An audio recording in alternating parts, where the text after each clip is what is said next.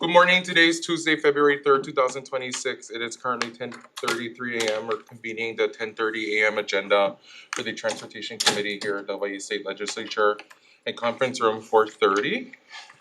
Welcome back.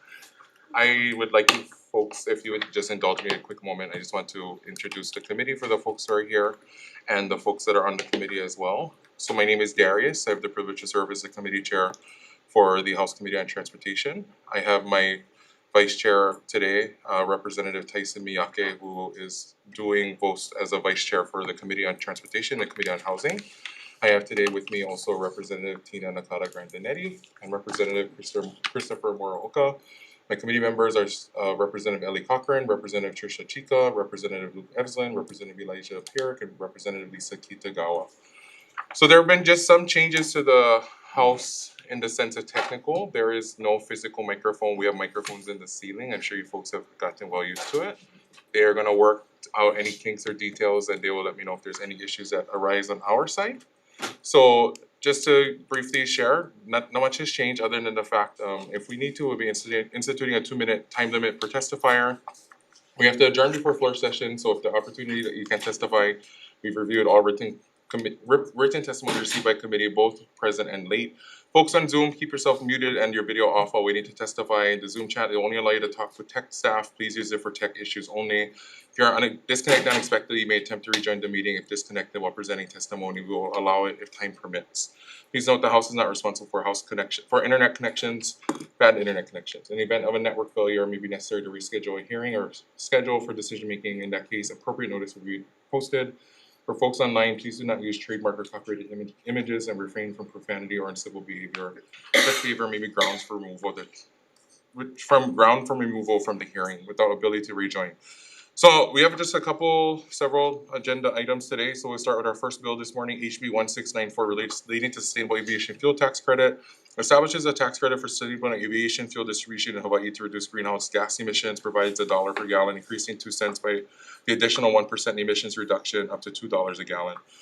Caps the total credit at $20 million annually with carryover provisions and requires reporting to ensure transparency and compliance. This is applicable to taxable years after December 31st, 2025 and sunsets on December 31st, 2035. Vice Chair Miyake for testimony.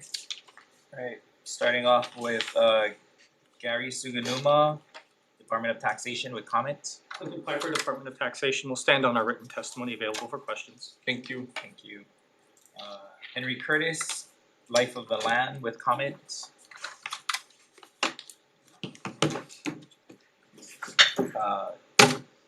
Jacob Aki, Alaska Airlines and Hawaiian Airlines in support.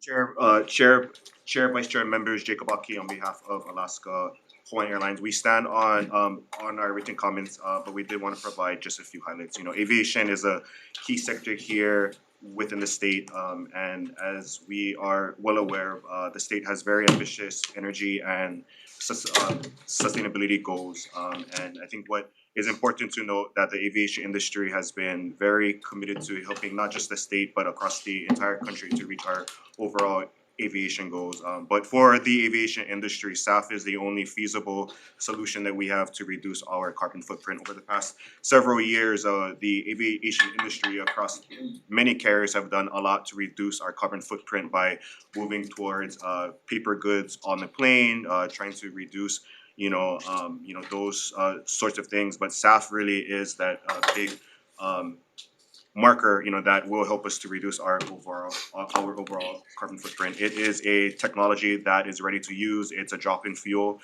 and it's something that we believe will really help us to achieve all of those goals. Cost barrier is really the big thing that is really preventing us as a industry from getting this on a wide scale. We're seeing production increase across many states.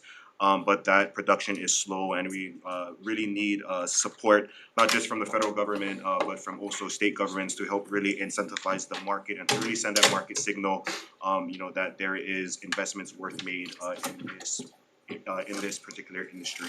This is a issue that we've been stalwart on over the past several sessions, and we're really committed to not just helping the state achieve its goals post post-Navajena settlement, but it's also something that we're really ambitious for as well too. So we'll stand on our written testimony and is available for any comments, any questions. Thanks. Thank you. Thank you. Tax Foundation of Hawaii with comments on Zoom. Aloha, Chair Keela and members of the committee. My name is Colleen with the Tax Foundation of Hawaii on behalf of our president, Tom Yamachika. Tax Foundation of Hawaii has submitted written comments and we stand on those written comments. Mahalo. Thank you. Imua Alliance in support.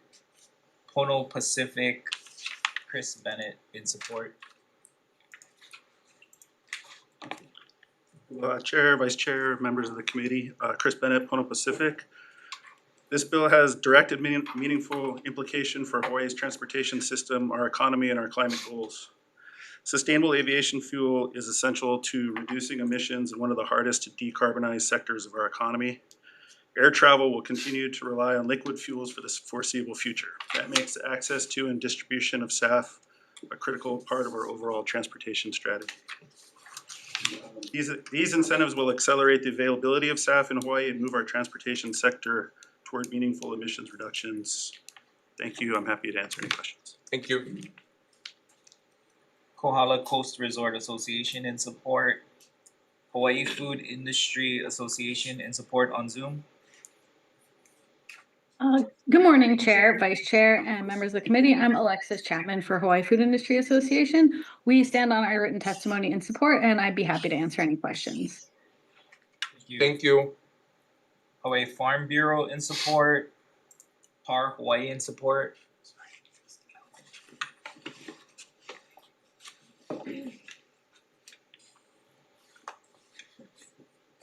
Chair, Vice Chair, members of the committee, aloha, my name is Eric Wright. I serve as president of PAR Hawaii. We're in support of HB 1694, sorry. Two bills today I'm testifying on. This bill is all about helping the state achieve its decarbonization goals. Renewable fuels that we can produce here in Hawaii can reduce greenhouse gases by 40 to 80% as compared to conventional fuels. We have a project at our refinery in Kapolei, $100 million project to make those fuels in Hawaii. So supporting local jobs, diversifying our economy, that's going to come online in the next 60 days or so. And what this bill does, it really lowers cost to consumers. It bridges the gap between conventional fuels and renewable fuels, which is really critical for adoption in Hawaii. So happy to answer any questions you have. Thanks for the opportunity. Thank you. Kapolei Chamber of Commerce in support. Hawaii Renewable Fuels Coalition in support.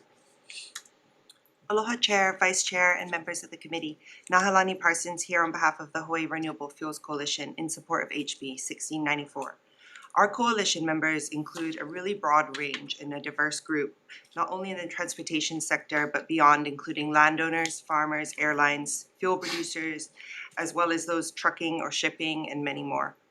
I'm representing their broad group of interests in support of this policy that not only helps aviation, but helps the entire system that goes behind it.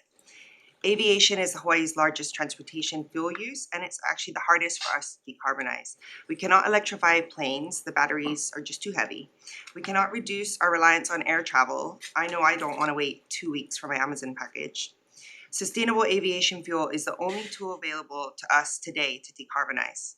And the really good news is we are ready. It serves as a drop-in fuel, so that means no new planes, no new pipelines, no new storage tanks. All the systems we have in place today can reduce emissions today. Other states are looking at tax credits to build what Hawaii already has. They're looking to build facilities that can produce renewable fuel.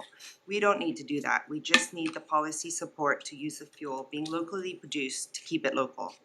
Mahalo for the opportunity to testify and available if you have any questions. Thank you. Airlines Committee of Hawaii in support. Chair of the Airlines Committee of Hawaii will stand on its testimony in support. Thank you. Airlines for America with comments. Simon Petrie Enterprises in support on Zoom.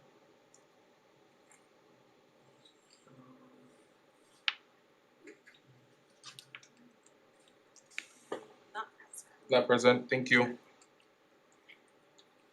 Earth Justice Network in opposition on Zoom. Hey, good morning, Chair, Vice Chair, and members of the committee. My name is Mike Ewell, and I serve as the Executive Director of Energy Justice Network, speaking up for our members and member groups in Hawaii. I'm also the elected. That's okay. No worries. We got that all the time. I'm also the elected co-chair of the Environmental Caucus of the Democratic Party of Hawaii, and my testimony is affirmed by a resolution of the party seeking a study of alternatives to burnable fuels.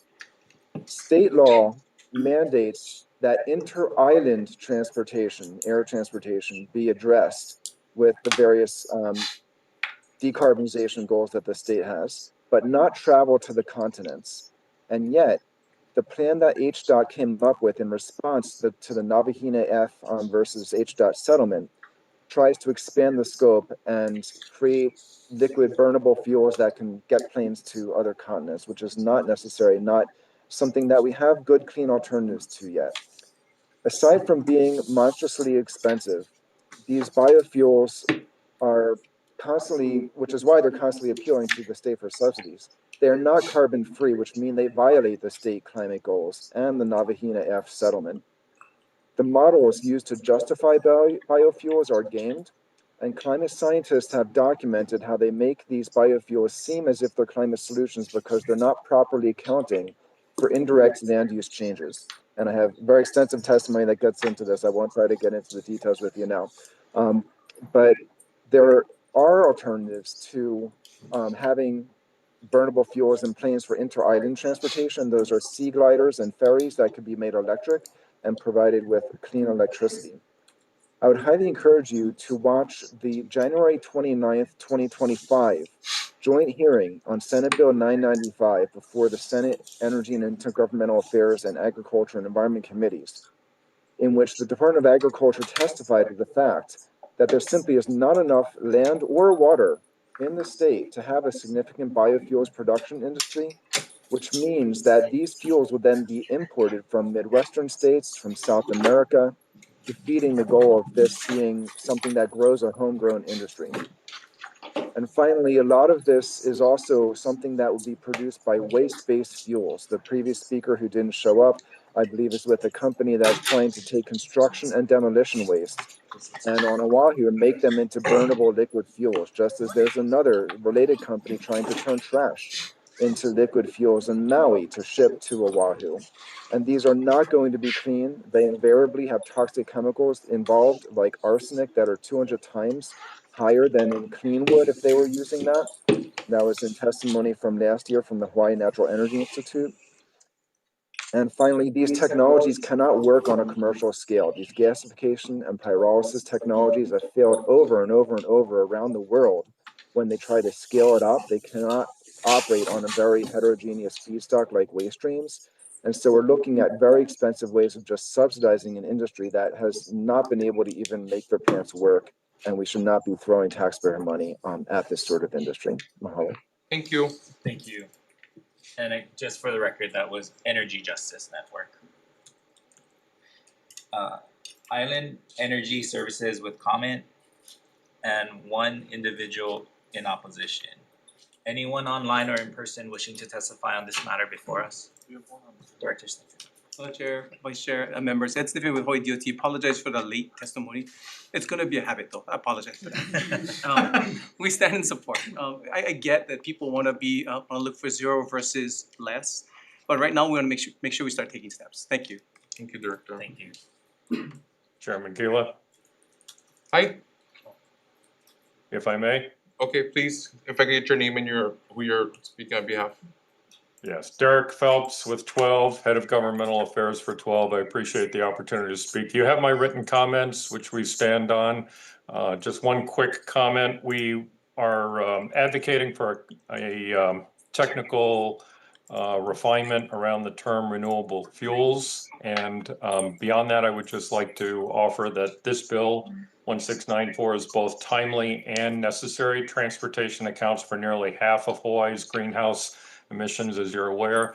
This bill modernizes Hawaii's renewable fuels production tax credit by increasing its value, rewarding fuels with low life cycle emissions, explicitly recognizing sustainable aviation fuel, and relying on well-established life cycle accounting tools such as the Aragon and GREET model. From our perspective, this bill provides important clarity and sends a strong market signal that Hawaii is serious about attracting clean fuel investment. Its technology-neutral, performance-based approach encourages innovation while maintaining environmental integrity. For this reason, we strongly support this bill and respectfully urge the committee to pass this legislation. Mahalo for your leadership and for the opportunity to testify. Thank you.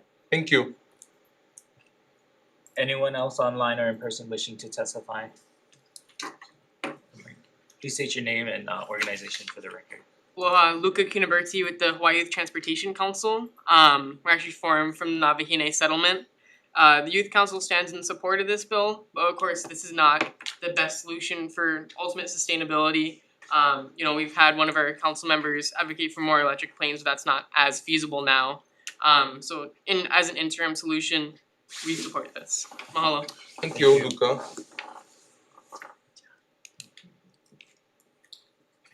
Chair Kila, Chair Miyawaki, members of the House Transport Committee. Aloha, I'm Albert Chi from Island Energy Services, and I just want to reiterate we stand on our testimony.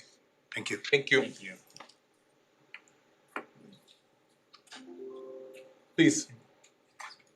Hello, I'm Ted Metros. I'm not representing anyone except perhaps the taxpayers of the state. I've had a lot of experience in the renewable fuels side, having worked for Par Hawaii for over 20 years. Presented before you today are two bills that could provide nearly $50 million in credits for sustainable aviation fuel. One company, Par, has the potential to claim over 80% of those. I would like to refer you to the testimony from DOTAX, which is important, and said these bills should be separated and SAF credits should be available essentially only under one program.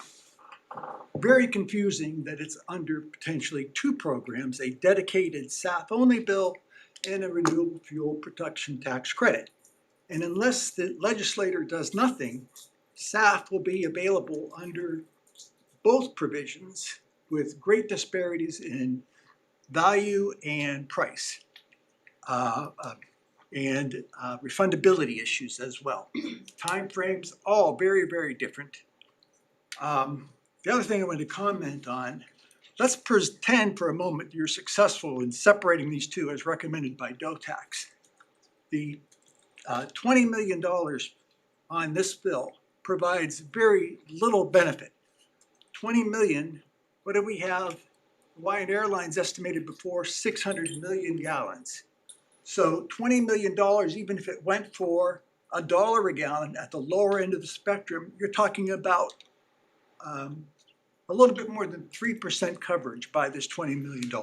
So you're not providing much of an incentive. And if you want it to work, what are you going to have to do? You're going to have to multiply it 20 times. So what is this going to be? Let's say Mr. Metros, if you can address the committee, please. Thank you. Sorry. No. Even if it was just $1 a gallon, and in a utopian world, $1 is given to the distributors, and they pass it on directly without any cut, right on over to the airline so that they can buy sustainable aviation fuel. What would that be? It would be $600 million, making this pathway and course for tax credits not viable. $600 million is about what the state has spent on all of its tax credits. Everything you fought for would be displaced by that. The state only takes in $10 billion or so dollars. So this would allocate more than 5% to sustainable aviation fuel if they thought there was a pathway. So this leads us down a path. It's a baby step, but it's taking us in the wrong direction. And I would just like to make one last comment that Hawaii Airlines provided testimony that it's a clear legal mandate as a consequence of the Navahin case. That's not true. It's a contortion. The Navahin case did not necessitate and justify tax credits for trans-Pacific flight. Its goal was for inter-island flights consistent with HRS 225P. And so I would, there are measures, but I would definitely look to cut out SAF credits in the renewable fuel tax if you advance this bill along with some other changes. If they want this bill, give the tax credits directly to the airlines so there's not a middleman taking a slice out and undermining it. Thank you, Mr. Metrose. Anyone else in person or online to provide testimony? Okay, seeing none, members, are there any questions? Thank you. Okay, I love everyone's passion and I apologize. I did not anticipate so much passion today. So moving forward, for the subsequent bills remaining today, I would just ask that if you are going to provide verbal testimony, if you could just please limit it to 1 minute. I've tried to not cut folks off, but just for the purpose of making sure we can accomplish our goals here today, if you could just please limit your comments to 1 minute for subsequent bills moving forward. Okay, next bill today is HB 1695 relating to renewable fuels, expands the provision of renewable fuels production tax credit. Vice Chair for testimony. Hawaii Dual Tax with comments. Clinton Piper, Department of Taxation, Chair, Vice Chair, members of the committee will stand on our written comments available for questions. Thank you. Hawaii State Energy Office with comments. Good morning, Chair, Vice Chair, members of the committee. Monique Zampis with the Hawaii State Energy Office. We stand on our written testimony and I'm available for questions. Thank you. Thank you. Life of the Land with comments. Alaska Airlines and Hawaiian Airlines in support. Chair, we'll stand on our comments given the temperatures. Thank you. Tax Foundation of Hawaii with comments on Zoom. Aloha, Chair. Tax Foundation of Hawaii stands on its written comments. Thank you. Thank you. PAR Hawaii in support. Chair, Vice Chair, members of the committee, Eric Wright from PAR Hawaii. Very similar comments to the last bill. The difference with this bill is it attacks other sectors of the economy. It helps with utility fuels, trucking, shipping. So we stand in support and happy to answer any questions. Thank you. Pono Pacific in support. Thank you, Chair, Vice Chair, members of the committee. Similar to PAR Hawaii, we'll stand in support of our comments, and if you have any questions, we're here. Appreciate it. Thank you.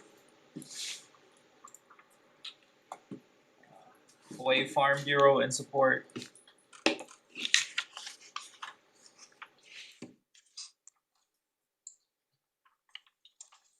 Derek Phelps from 12 in support on Zoom.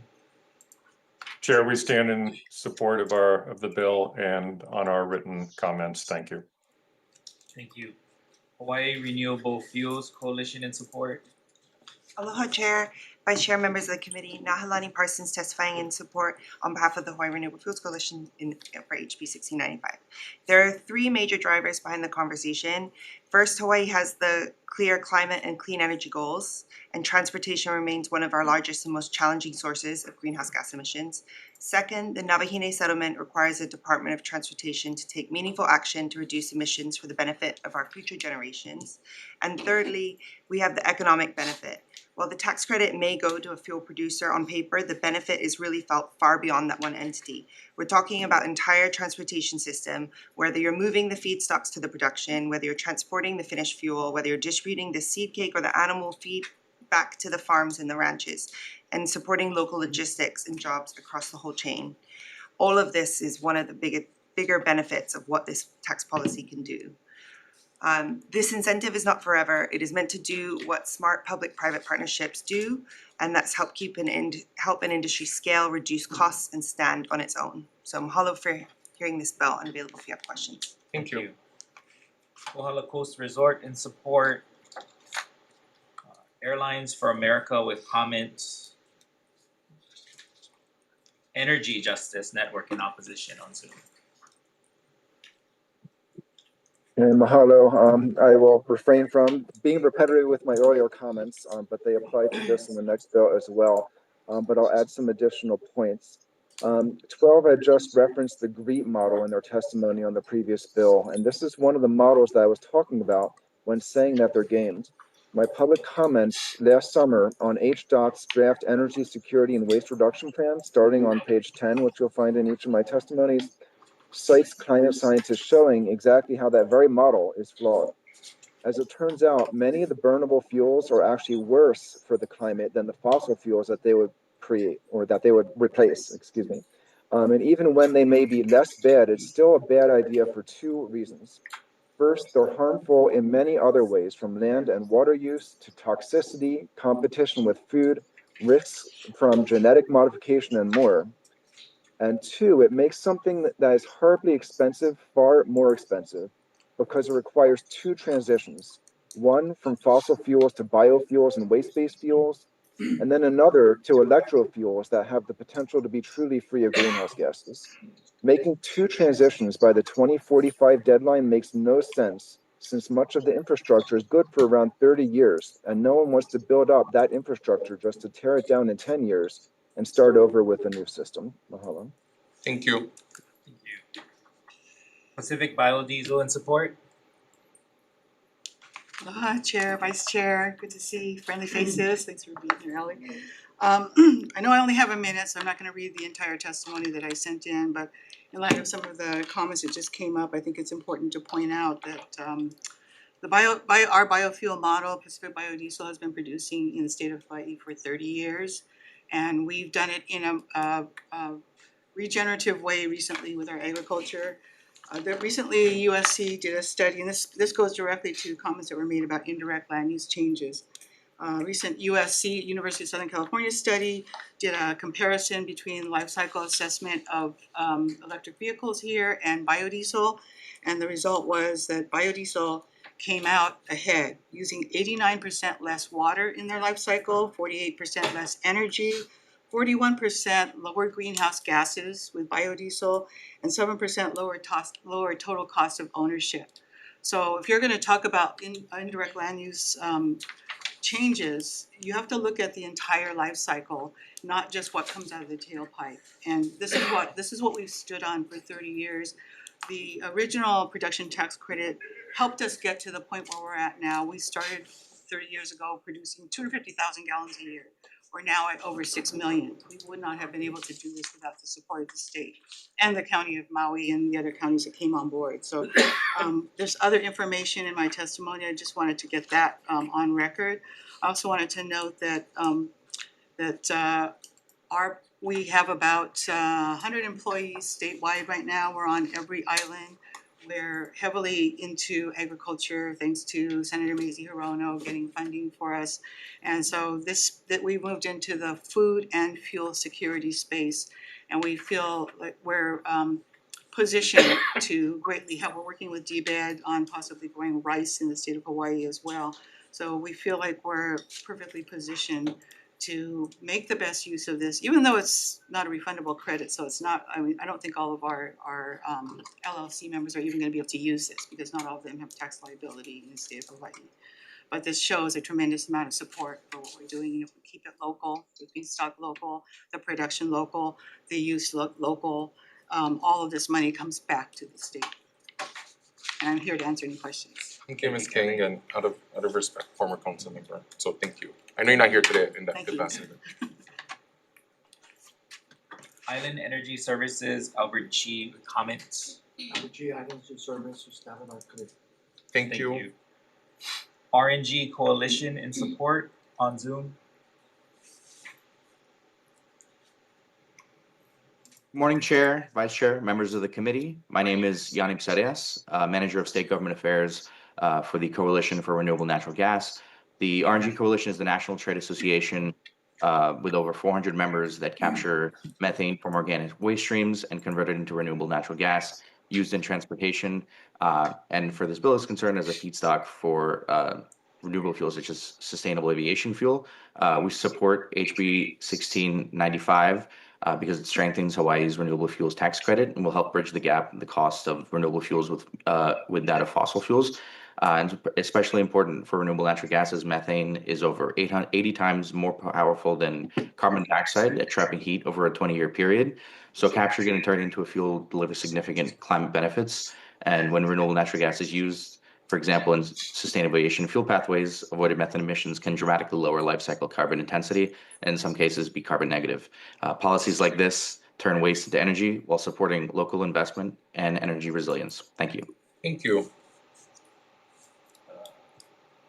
Theodore Metros in opposition. Yes, I'm Ted Metros. I am in opposition. First off, I want to correct something Pacific Biodiesel said. I do not believe there was an amendment on this bill to make the tax credits non-refundable. They had been non-refundable. They were changed to being refundable in 2022. DOTAX recommended they become non-refundable. It's a real key distinction. I wanted to comment as well about the assertions that this is going to energize the agricultural energy. It cannot happen. 600 million gallons a year on SAF alone would require, at 600 gallons per acre, 1 million acres. Even if you just wanted to cover the 60 million gallons that PAR is going to produce, that's 100,000 acres. The state only has 125,000 acres in agricultural land. So despite the tax credits, it will not drive agriculture, and it may not even drive production within the state. The refundable fuel tax credit allows production facilities out of state. It's not limited in state. So things could be imported, and as it stands now, importers from PAR's partner, Enos and Mitsubishi, could take the tax credit to Tokyo. So that's where our tax dollars will go. Thank you. Thank you. And one individual in support. Anyone else online or in person wishing to testify on this matter? Seeing none, Chair. Thank you. Members, any questions? Okay, seeing none, okay, I will cut you folks off if you go past a minute at this point. I appreciate your folks' testimony. We're trying to give deference, but we are cutting it. So at this point, if I can move to the next measure before us, HB 1986 relating to clean fuel standards, requires the Department of Transportation to adopt rules by January 1st, 2028 governing a clean fuel standard for alternative fuels in the state. Vice Chair for testimony. Department of Transportation, Director Sniffen in support. Thank you. Imua Alliance in support. Nesty in support.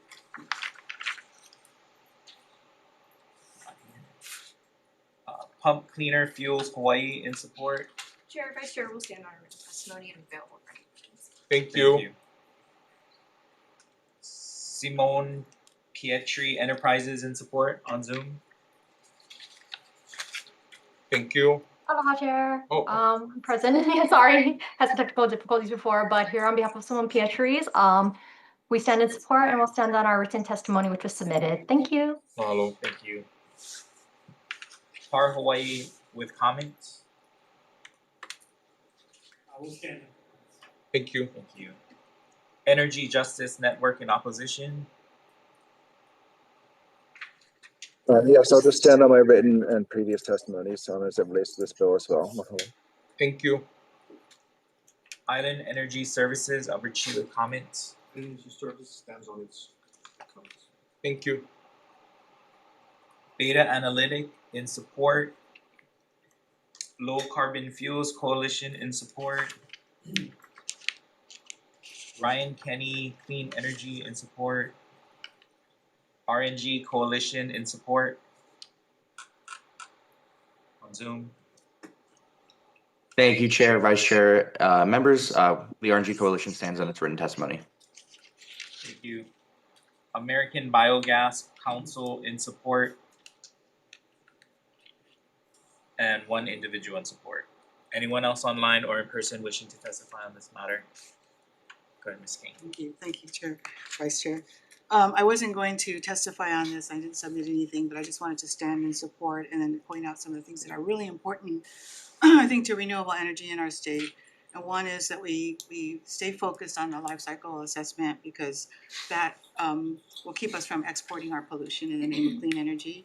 And the other is being technology neutral. There's a great injustice in the potential of requiring people to change out their diesel trucks or diesel vehicles for electric or hydrogen or whatever may be coming down the pike. And we've seen that at the Hawaii Transportation Association conference when they can actually get greater benefits, as I mentioned earlier, by just changing the fuel and keeping their same vehicle, which will last 30 or 40 years, well beyond the life of a gasoline vehicle. So I will send in testimony. Hopefully this will make it through and get to the next stage, and then I will send in written testimony. But I do want to thank the folks that have signed on to this because we need this clean fuel standard, but then again, we need it for the state of Hawaii. We are different from California, Oregon, and Washington, and that's why our life cycle assessment came out different, because the way we do electricity here is different from the mainland. The way we do biodiesel is probably the most sustainable in the nation, and that's why when you compare the two, biodiesel comes out way ahead. Thank you. Thank you. Yes, and just send it, and then I'll make sure that we can get it to the committee. Pardon? Any further written comment, testimony? Yeah, Thank you. I'll send it in. Thank you. Thank you. Anyone else online or in person?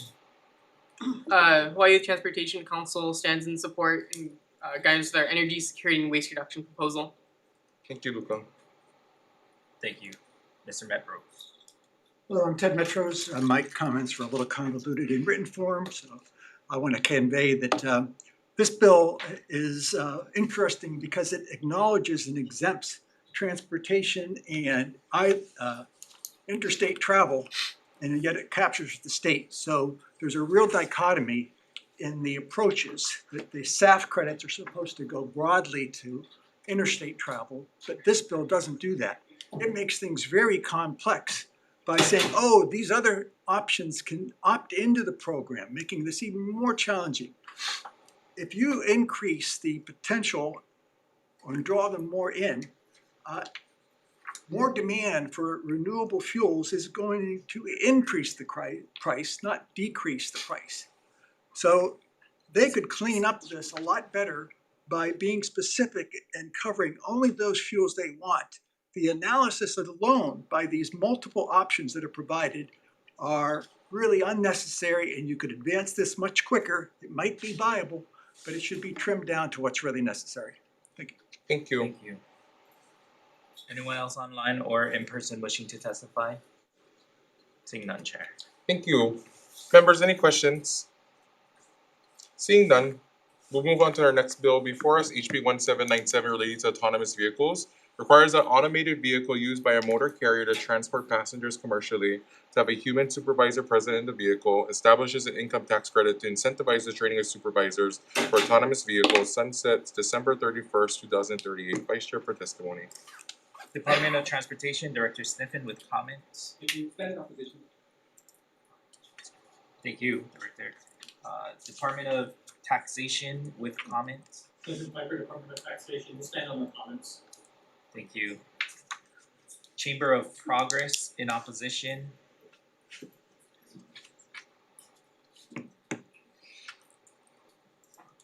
Good morning, Chair, members of the committee. My name is Robert Singleton, and I serve as the Senior Director of West Coast Policy at Chamber of Progress, a tech industry association that supports inclusive innovation. I'm here today in respectful opposition to HB 1797 because it imposes an unworkable driver-in requirement that would severely limit the use cases for future autonomous vehicle deployment. Placing unnecessary and restrictive rules on where and when autonomous vehicles can operate risks hindering innovation and delaying deployment of AVs in Hawaii. As a result, this bill risks blocking a technology that could dramatically reduce roadway fatalities, decrease transportation emissions, and drive economic growth. By mandating a licensed human supervisor on board every passenger carrying an automated vehicle at all times through 2038, the bill eliminates the possibility of fully driverless passenger service in Hawaii for over a decade, locking AVs into an outdated regulatory framework that bears little resemblance to how the technology is actually developing. At this moment, there are over 250,000 paid rides in the U.S. cities alone with autonomous vehicles. The National Highway Traffic Safety Administration released crash data reporting nearly 43,000 lives were lost traffic-related fatalities in 2022. Research shows that at least 90% of car crashes are caused by human error. By removing human error from roads, autonomous vehicles can help eliminate the leading causes of crashes and fatalities. Across more than 127 million rider-only miles in Los Angeles, San Francisco, Phoenix, and Austin, autonomous ride-sharing services recorded 90% fewer serious fatal crashes, 82% airbag-deployed crashes, and 81 fewer injury crashes than human drivers over the same span, the same number of miles. I'll defer to my written testimony for the rest there in the interest of time, so thank you. Thank you. Thank you. Alliance for Automotive Innovation in opposition. Chair, Vice Chair, members of the committee, Tiffany Ajima on behalf of the Alliance for Automotive Innovation. We are opposed to this measure. We have some concerns.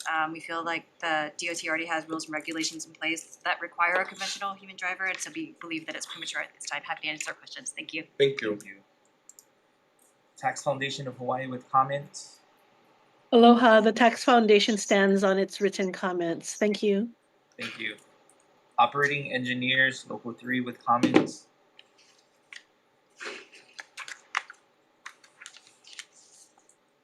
Autonomous Vehicle Industry Association in opposition.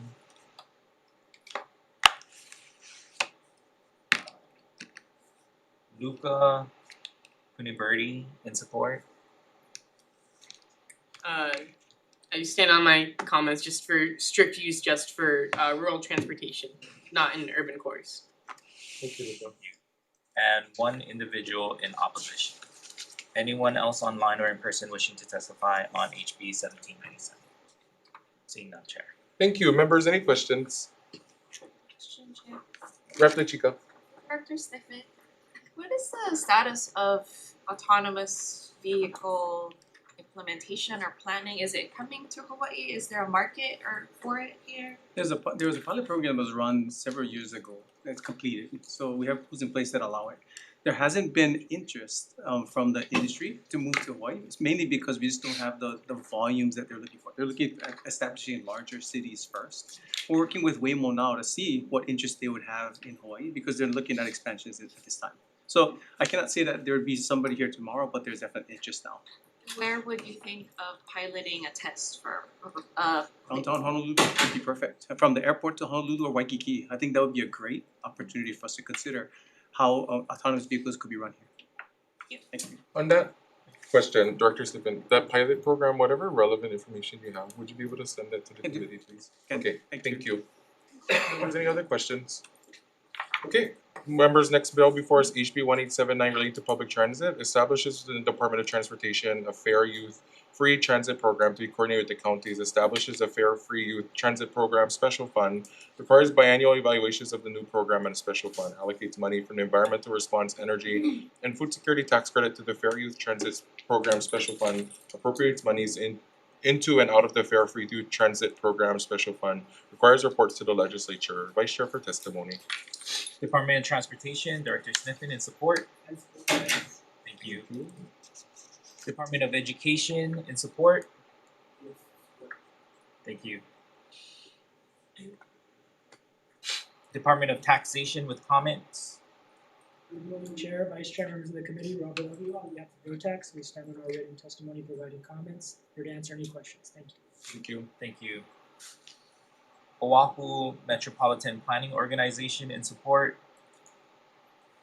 Just for, I know they're not here, but last session did the same thing, just for full transparency. Part of one of the Hawaii revised statutes of the Oahu Metropolitan Planning Organization requires that a member of 4 members for the legislature sit on this policy board. I previously served as the policy board chair and have just come down from that position. I currently serve as the vice chair of the Oahu Metropolitan Planning Organization. And for the purpose of testimony that they provide, I do not direct them at the discretion to provide testimony. So just for transparency. Thank you, Chair. Hawaii State Energy Office with comments. Chair, Vice Chair, members of the committee, Nicole Chernohorski, Hawaii State Energy Office. We stand on our written testimony and are available for any questions. Thank you. Thank you. Department of Health in support. Good morning, I'm Lola Irvin with the Department of Health. Good morning, Chair Keela and Vice Chair Miyagi and members of the committee. It's great to be here and to be in support of HB 1879. Of course, with the Department of Health, we want our youth to have optimal health, and to have that, we need to have them have opportunities. I grew up taking coins out of my dad's mayonnaise jar to catch the bus, and we need kids to have the access and the resources behind them to be able to participate in public transportation. And so the other thing is only 18% of our youth meet physical activity requirements. So public transportation and participation in that is an opportunity for the kids to walk to the bus stop, make the final stop, walk into campus, walk to the bus stop, walk home, and also have the ability to get around their neighborhoods. And so we really appreciate the Department of Transportation supporting this, and we think it's a great public health move. So thank you for the opportunity to provide testimony. Thank you. Councilmember Dos Santos Tam in support. Robert Morton, City and County of Honolulu Department of Transportation in support. Hawaii Appleseed Center for Law and Economic Justice in support. Aloha Chair, Vice Chair, and members of the committee. My name is Abby Seitz. I'm testifying on behalf of Hawaii Appleseed in strong support of this measure. We believe that free transit access has the potential to lower transportation costs for families, expand access to school and recreational opportunities, lower emissions and traffic congestion, as well as enable our youth to be confident. As I noted in my testimony, although we currently have a patchwork of different fare-free programs across the state, access is uneven and leaves many of our youth behind solely because of where they live, how old they are, and the type of school they attend. By expanding access to everyone under the age of 18, and also reducing the administrative barriers to this program, as this bill does, we can make better use of our public dollars and also increase the mobility options for our young people. Thank you for considering this bill. Thank you. Hawaii Youth Transportation Council, Luca, in support. Aloha. Hawaii Luca Kimerti, Policy and Legislation Chair. As one of the people that helped draft this bill, we are deeply passionate about it as a council. I mean, you can see we have 78 pages of basically total support for this bill. Talking with the youth of Hawaii, seeing the impact that Bill 54 had in our city council here, that is gonna, decrease youth transit ridership drastically, especially in our houseless population. So this is bringing back independence to our youth and also bring back affordability to our families, being able to get places, being able to be where I am now. I took transportation here today, public transportation, and many of my friends, I talked to Rep. Kila about my friend from Kaneohe. She, now with the passing of Bill 54, is not sure if she can even come to school because of the price of transit. So this is a very important bill to the Youth Transportation Council. We stand on our written testimony and are available for comments. Mahalo. Thank you. Hawaii Health and Harm Reduction Center in support. Ulupono Initiative in support. Attorney Marjorie Lau with comments. Good morning, Chair, Vice Chair, and members of the committee. I'm Deputy Attorney General Marjorie Lau. Our department provides comments on the bill, and our points are contained in our written testimony. I'm available for any questions. Thank you for the opportunity to testify. Marjorie. Thank you. Get Fit Kauai in support. Democratic Party of Hawaii Education Caucus in support. Hawaii Pacific Health Institute in support on Zoom.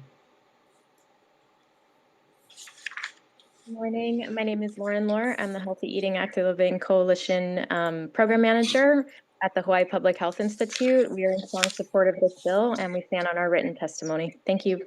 Thank you. Hawaii Bicycling League in support.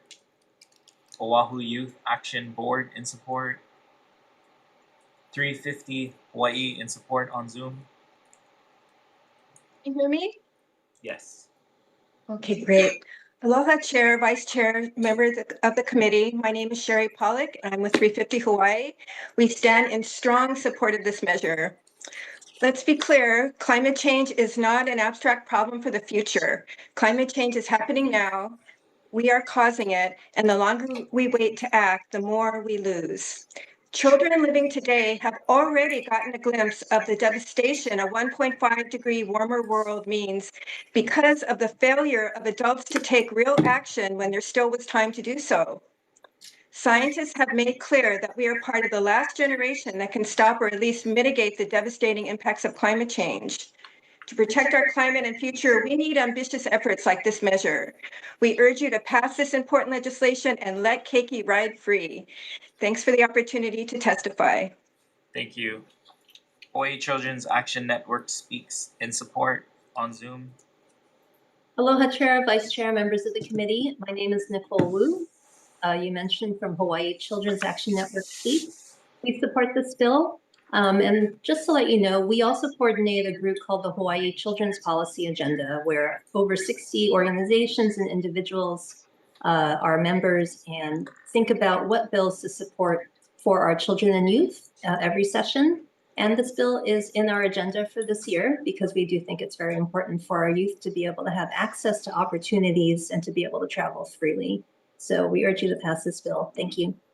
Thank you. Greenpeace Hawaii in support on Zoom. Can you hear me? You can hear me? Yes. Okay, great. Hi, Dave Molnix, Greenpeace Hawaii. We stand in strong support of this. This is one of the most brilliant ideas that the legislature has come up with in many years. As Sherry was just saying, we are in the middle of a climate crisis. The legislature has determined that we are in a climate emergency. We see houses falling into the ocean and the North Shore, the fire in Lahaina. We are in the middle of a growing climate crisis, and we need to get off of fossil fuels as quickly as possible. This is one of the best and smartest ways to get off fossil fuels. It's very easy. Once we get the kids onto the buses, that's going to take thousands of cars off of our highways. And in fact, we should be expanding this program to include just about everybody. If we just maybe rescinded maybe just a portion of the huge tax cut, $1 billion in tax cuts we gave here in the state legislature to the state folks, we just take a fraction of that funds, we could pay for buses for everyone to get out of their cars and into the buses and off of our highways. Thank you so much. I think this is historic and appreciate you so much for hearing this. And please pass it. It is a brilliant idea. Thank you. Our Children's Trust in support. Aloha Chair, Vice Chair, and members of the committee. My name is Suresh. I'm testifying in strong support on behalf of Our Children's Trust, which is a nonprofit public interest law firm. Our organization with Earth Justice represented the 13 youth plaintiffs in the Navahine case, which resulted in the historic settlement in June of 2024, requiring the state to achieve zero emissions in the transportation sector by 2045. This bill is one of many solutions that are essential to meeting that obligation. And it is one of those rare bills that delivers economic, environmental, and public health benefits to Hawaii's people. We acknowledge that there are other bills that increase youth transit access, but this one is the most comprehensive and universal. And we'll also acknowledge that Washington State has found great success with their free youth transit program. And we'd love to see the youth in Hawaii also experience these benefits. Mahalo for the opportunity to testify. Thank you. Earth Justice in support. We stand in support. Thank you. Pono Ka'akua in support on Zoom.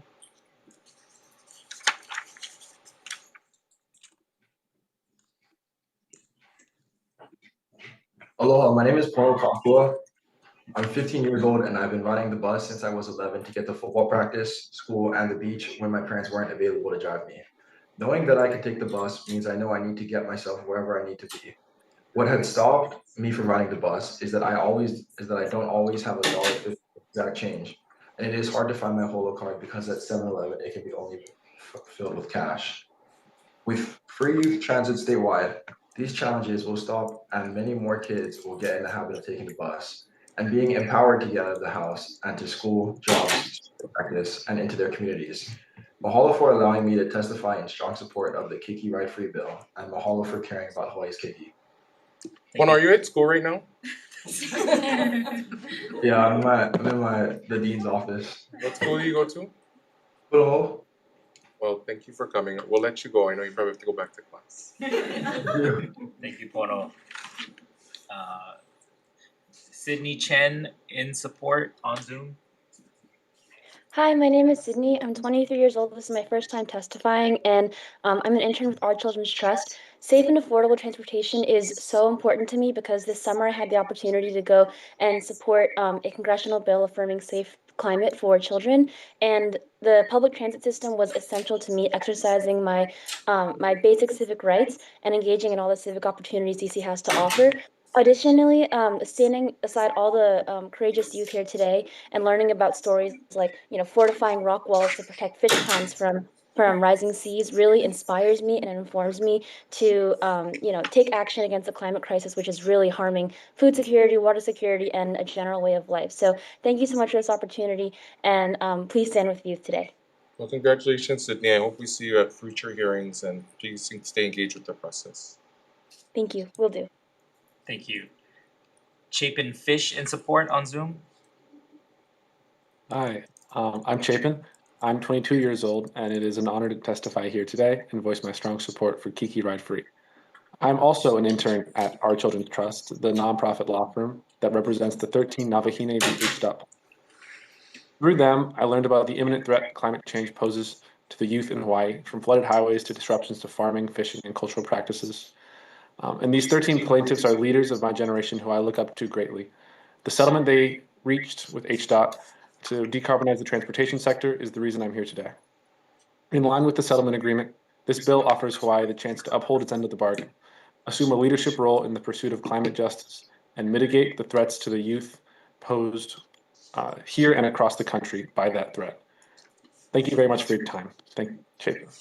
Thank you. Thank you. And there's 35 individuals also in support. Anyone else online or in person wishing to testify?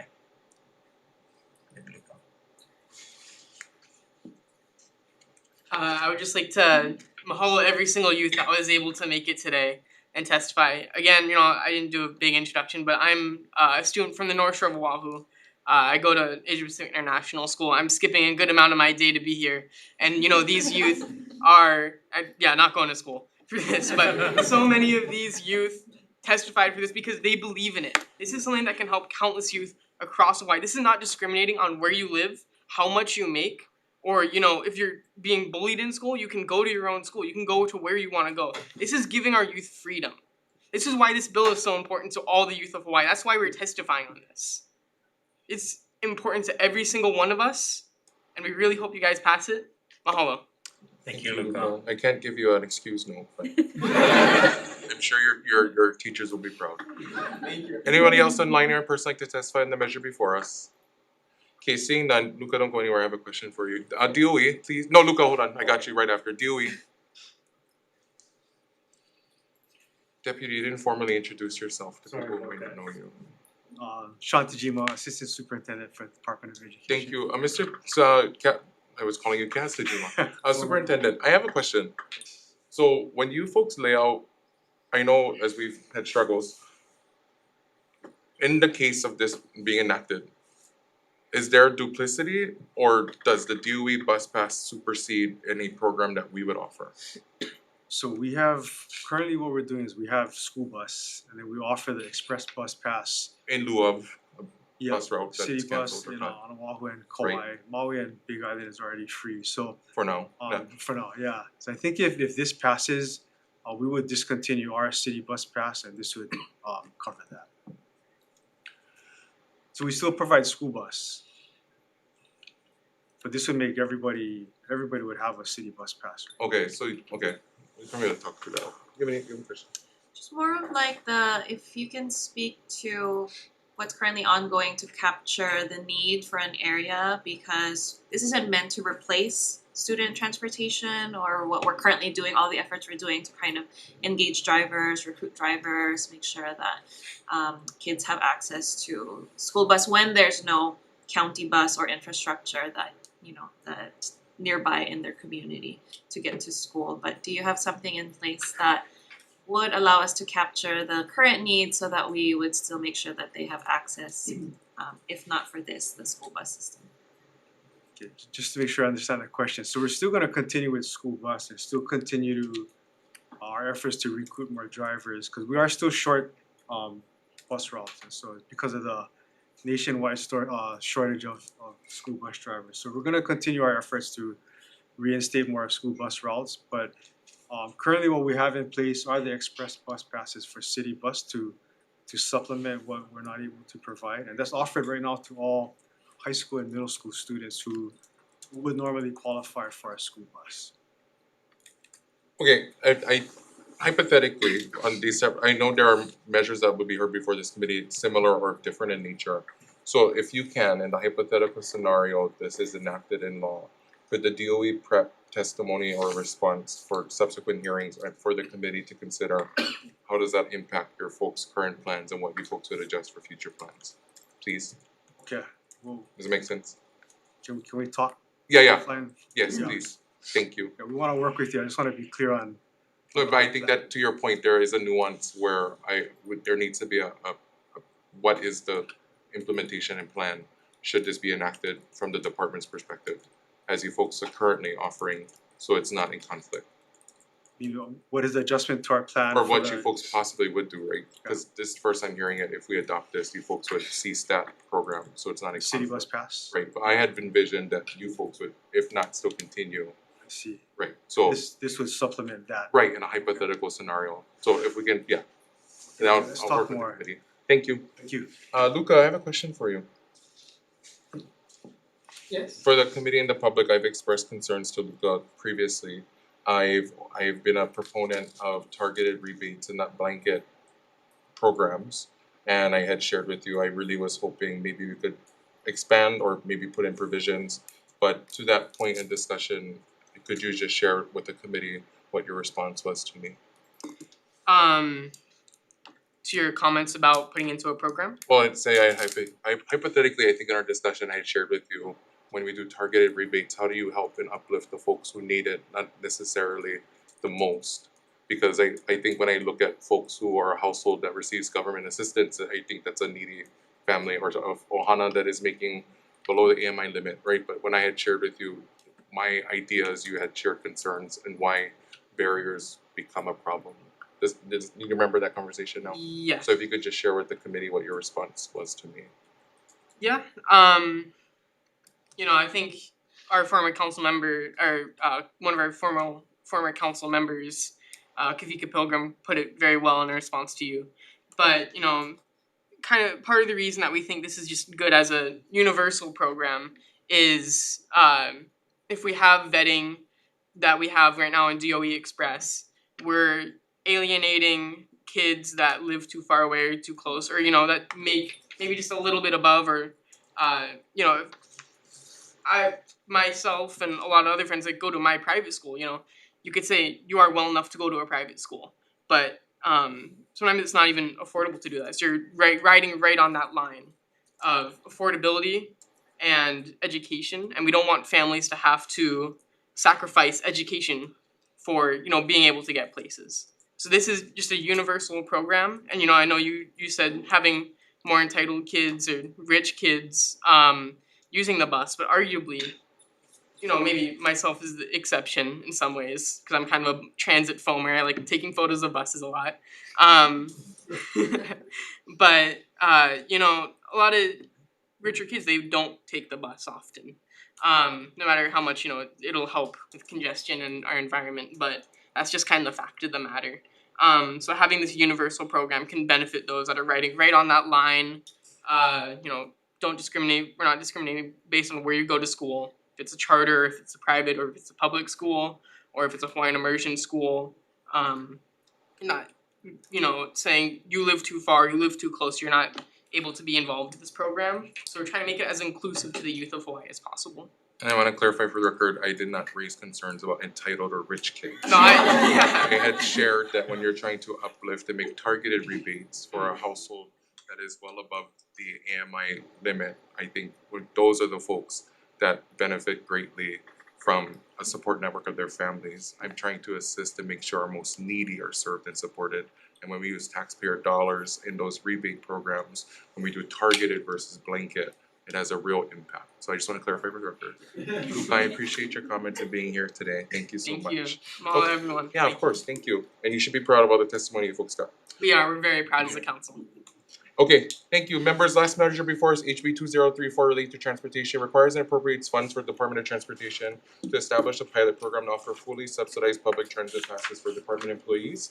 Vice Chair for testimony. Attorney General Lopez with comments. Aloha Chair, Vice Chair, and members of the committee. I'm Deputy Attorney General Yvonne Shinmura. We had submitted comments and we're available for any questions. Thank you. Thank you. Department of Transportation, Director Sniffen in support. Thank you. Oahu Metropolitan Planning Organization in support. Department of Health in support. Good morning, Lil Irvin with the Department of Health, and thank you, Chair and Vice Chair and members of the committee for hearing this bill.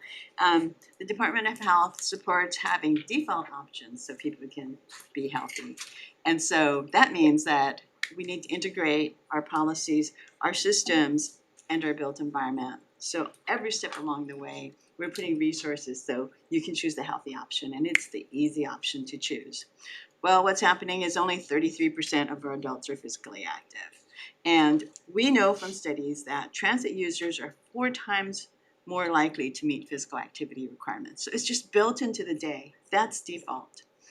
The other thing is, as we've heard from many of our youth, I'm sorry, but my generation really made a mess of just the kind of ways that we've engineered physical activity out of our day, and also the way we've built in the environment. So this actually then provides that default option. And starting with state workers as a pilot, we are grateful. Bye, so Luca. thank you for the opportunity to provide testimony. Lola, what generation was that? I'm kidding.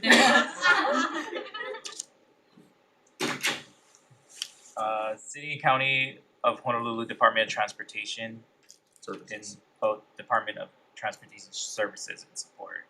UPW in support. Imua Alliance in support. HGEA in support. 350 Hawaii in support. Greenpeace Hawaii in support on Zoom. Yes, good morning. Thank you for hearing this and for considering this.